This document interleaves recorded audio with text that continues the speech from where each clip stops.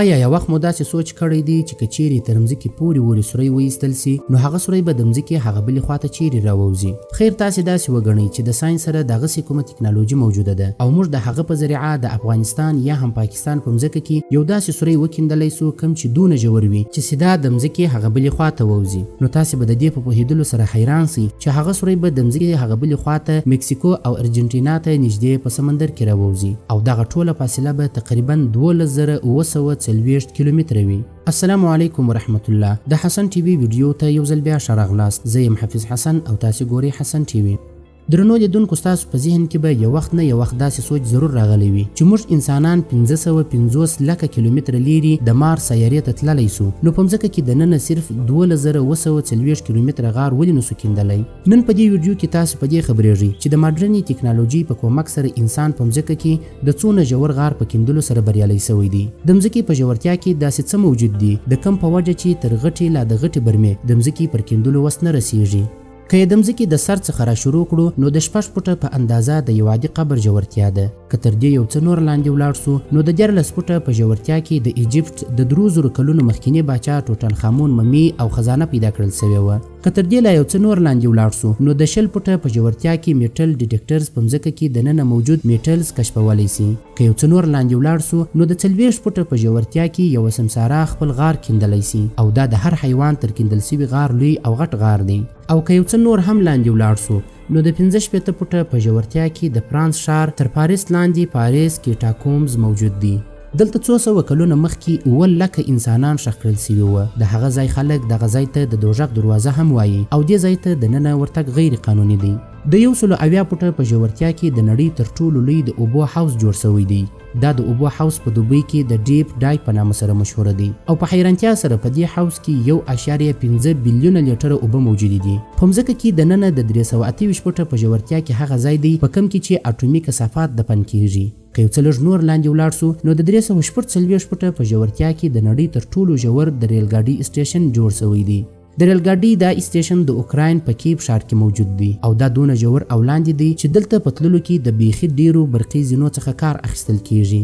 د 400 فوټه په ژورتیا کې موږ هغه ځای ته رسیږو تر کومه ځای چې د درختي ریښې تللی سي. دونه غټې ریښې په ساوت افریقا کې د فیګ ټري درختي په نامه د یوې درختې څخه کشف سوي دي. تر دغه ځای لا هم لاندې یعنی د 220 فوټه په ژورتیا کې د نړۍ تر ټولو ژور سیند وجود لري. دغه ژور سیند هم په افریقا کې موجود دی کوم چې د کومبو ریور په نامه سره مشهور دی. د حیرانتیا خبره ده چې انسان تر دې لا هم ژور تللی دی. د 290 فوټه په ژورتیا کې د نړۍ تر ټولو ژور د ریل ګاډي تونل موجود دی. دا تونل په جاپان کې د سایکن تونل په نامه سره مشهور دی کوم چې د جاپان دوې جزیرې یو د بل سره وصلوي. دا تونل دلته د سمندر تر اوبو لا هم لاندې جوړ شوی دی لیکن تر دې لا هم لاندې د 940 فوټه په ژورتیا کې د نړۍ تر ټولو ژور د موټرانو تونل په ناروې ښار کې موجود و لیکن په کال 2019 کې د دې ریکارډ هم مات شو. تر دې تونل صرف 18 فوټه لاندې په رووالینډ کې د رایپاسټ په نامه تونل جوړ شو کوم چې دا وخت په مځکه کې 958 فوټه لاندې موجود دی. که تر دې لا هم نور لاندې ولاړ سو نو د مځکې څخه 1000 فوټه لاندې که یو څوک د اټومي توغندۍ څخه پټ هم سي نو ژغورل کېدای نه سي. B-2 نیوکلیر وارهیډ دا یو داسې اټومي توغندۍ ده چې که چیرې پر یو ځای باندې راایله سي نو د 1000 فوټه په اندازه د لاندې شیانو د تباه کولو قابلیت لري. په حیرانتیا سره تر دې لا هم لاندې د 1280 فوټه په ژورتیا کې هغه ځای دی په کوم کې چې د نړۍ تر ټولو لوی د اوبو څاه موجود دی او دا څاه په لاس جوړ شوی څاه دی. دا څاه د انګلند د وډینګ ډینګ هسپتال د باندې موجود دی کوم چې په کال 1812 کې د 4 کلونو په موده کیندل شوی دی او دغه ځای څخه د مریضانو لپاره اوبه راایستل کېدي. د 980 فوټه په ژورتیا کې د نړۍ د ژورو غارونو څخه یو غار موجود دی. په سلوینیا کې د موجوده غار د داخلي منظر دی. که چیرې په بدقسمتۍ سره څوک دغه غار ته ورولویږي نو هغه به داسې وي لکه د چینا ښار د شانګای ټاور څخه چې راوغورځي. تر دې لا هم لاندې د 2300 فوټه په ژورتیا کې هغه ځای دی په کوم ځای کې چې د چیلي 3 کاریګران پوره 9 ورځې بې له خوراکه او څښاکه بند پاتې سوي وه. دا چې دغه کاریګران څنګه راوایستل سول د پوره معلوماتو دپاره به ډېر ژر د حسن ټي وي لخوا یوه ویډیو اپلوډ سي ان شاء الله. د مځکې د 3180 فوټه په ژورتیا کې د انسان جوړ شوی یو داسې غار موجود دی د کوم څخه چې اسمان ښه پوره معلومیږي.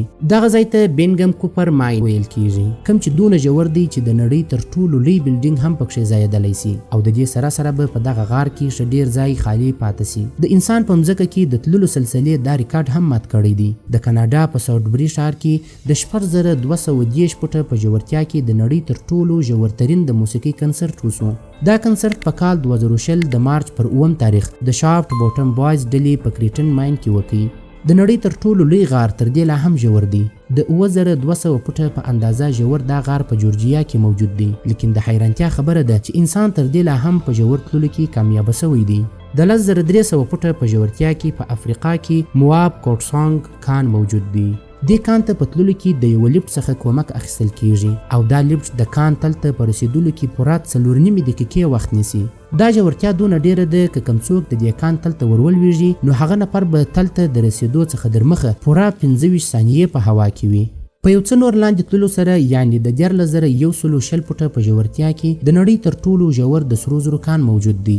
د سرو زرو دا کان هم په افریقا کې وجود لري، کوم ته چې د ننه په تلو کې کارګران پوره یو ساعت لاندې روان وي او د دې کان په تل کې د تودوخې درجه 65 درجې سانتیګریډ ده. د دغه ځای څخه ښه ډیر لاندې یعنی د 9000 فوټه په اندازه ژورتیا دونه ده څونه لوړ چې د ماونټ ایورسټ غر دی. لیکن تاسو به یقین ونیسئ چې انسان تر دې لا هم ژور غار کیندلی دی. د انسان په لاس 40210 فوټه په اندازه تر ټولو ژور یو داسې غار موجود دی کوم چې د کولا سوپر ډیپ بور هول په نامه سره پیژندل کیږي.